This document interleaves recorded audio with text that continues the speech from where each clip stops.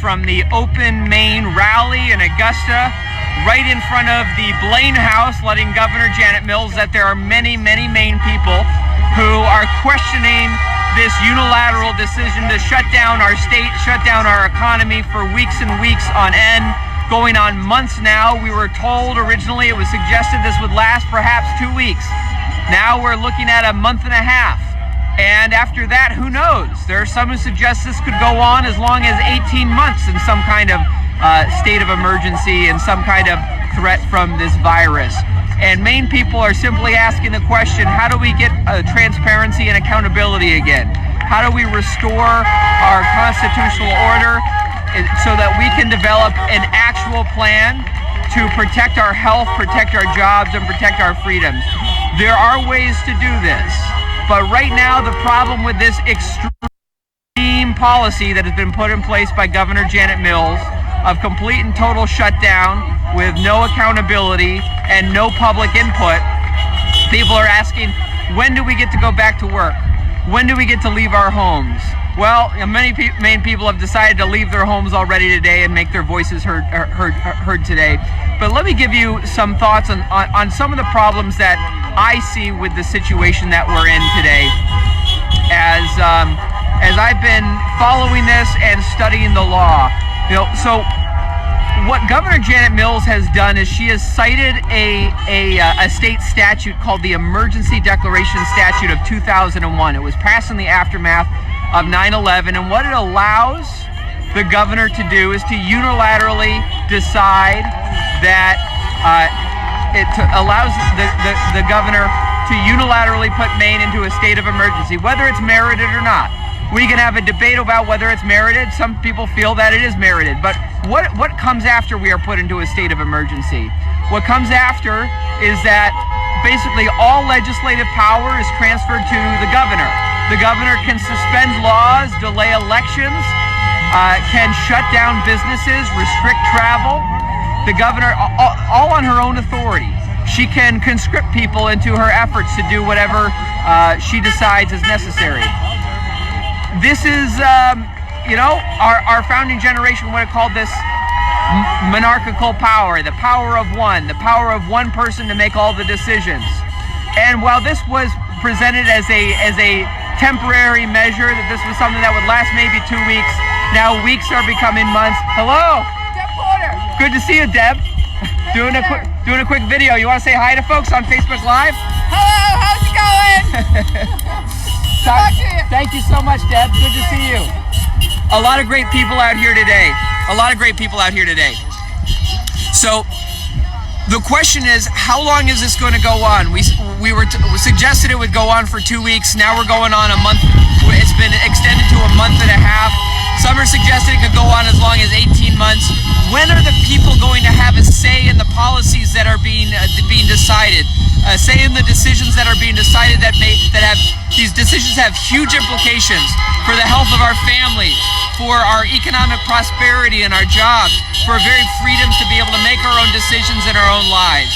That's what I want, ultimately, is I want the Maine people to have a say in this. I want there to be a transparent process for how we decide how to best tackle the challenges in front of us. Maine people should be able to have input. Our founding generation, the legislature met in times of smallpox because they believed it was so important that the American people have a say in the decisions of our government. And now we don't have a say. All the decisions are being made by one person through monarchy, the power of one. One person making all the decisions for the state of Maine. So if this state of emergency is going to be extended to May 15th, as Governor Mills has done under the 2001 Emergency Declaration Act, then let's use that 2 weeks to find a way to convene the legislature and actually get some public input in these decisions so that we can develop a plan with clear benchmarks, not moving goalposts, for how we get our society open again, how we get our freedoms back, how we get our jobs back. That's what we're here talking about. Now, we have a petition going on ericblakey.com. You can find it here on you can also find it here on the Facebook page, to Open Maine, encouraging Governor Janet Mills to adopt at least the basic blueprint of President Trump's plan to open America, which happens in 3 phases and is based on clear, objective benchmarks, clear, objective data on the ground on what the goals are, what we need to accomplish to get out of this thing. Right now, it really is just about one person's decision, Governor Janet Mills, and that's not how a free society should operate. Are you really telling me, is government really telling us that kindergarten teachers have to be able to do their jobs teaching 5-year-old students over Zoom conference calls, and yet the legislature can't find a way to do their job, to convene either by face mask or through some kind of transparent digital service to convene and make these decisions and get public input? How can we develop a better plan? How can we develop a plan that protects our most vulnerable, protects those with underlying health conditions, supports them in voluntary decisions to self-quarantine, while allowing Maine people to get back to work and not destroy our economy? That's what I believe in. That's what I'm fighting for. I think that's what so many people are here for. It is, one, we want a plan, we want a path to reopen our state and get life back to normal. Our constitutional rights are essential. How do we have a plan to get back? How do we have clear benchmarks that we can measure, not just moving goalposts? So that's what we're fighting for. Let's open Maine, sign the petition, and let me see what you're saying in the comment section. Wow, we have nearly 120 people watching right now online, and we have so many people here. Let's see what folks are saying. Mike asks, I think the question you should be asking is, how do we open Maine again safely? And I think that is the question. I think we can do it safely. Many experts have suggested that you can support. We have more information today than we did even 3 weeks ago about who is threatened by the virus. We are seen as pretty much nearly exclusively people with severe underlying health conditions. We can even identify what those conditions are.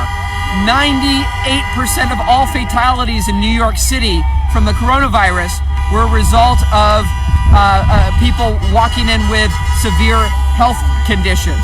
So if you don't have one of these severe health conditions, you are relatively safe. So how do we make sure that we can protect our most vulnerable while those with these severe health conditions without shutting down society completely? Extreme policies in either direction come at the cost of livelihoods and the cost of lives. Extreme decisions to shut down our economy, to shut down everything, have led to people losing their jobs, small businesses being destroyed, people with health conditions other than coronavirus being denied medical treatment, their elective appointments, which elective does not mean not medically necessary. People with cancer are being denied appointments to get their cancer treatments. At the same time, you also have suicide on the rise and domestic violence on the rise. There are costs from this extreme, indefinite shutdown policy. There would also be costs, potentially, from doing nothing and not responding and treating the coronavirus as if there is no threat. I do take it seriously. I think there is a threat. We should take it seriously. We can find a middle road.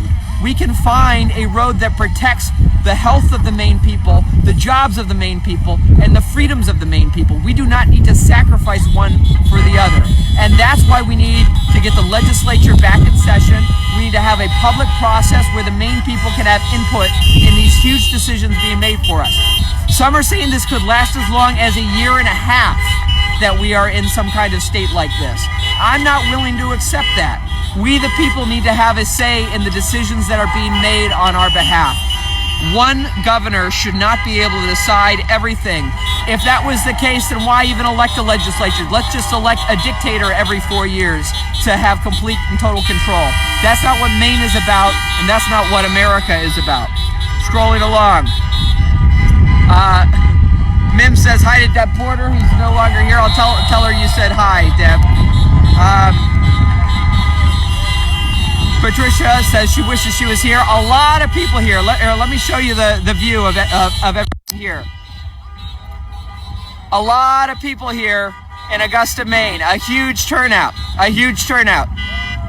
Let's turn this around. Kathy's with us here in spirit. Thank you, Kathy. Michael asks some of the important questions. How long will it go long? As long as you guys are... Well, you know, Michael, there are no objective benchmarks. Right now, this will go on under the unconstitutional 2001 emergency declaration statute as long as the governor decides that it can go on. And there are no clear benchmarks for which to hold her accountable. If she were to say when this threshold is met, it will end, that would be something reasonable we could discuss. And we could have the legislature convene and adopt that as a policy as our Constitution requires. But you're telling me that people are supposed to stand inside for 4 weeks, 8 weeks, potentially 18 months and the government is supposed to make these decisions, not just the government in general. One branch of the government is going to make all of these decisions with no public input, with no accountability, and with no transparency. That is not Maine, and we need to have input in this process again. Mary's with us in spirit. Jerry says, keep fighting for our freedoms. Mary says, since most people aren't working, it should be a rally every day. I appreciate the sentiment, Mary. All right, I'm gonna get back down. But to the 184 people who are watching right now, thank you for tuning in. To everyone who is here at the rally, thank you for fighting for a free Maine and a free America. Let's free Maine. Let's save Maine. Let's open Maine. Take care, everyone.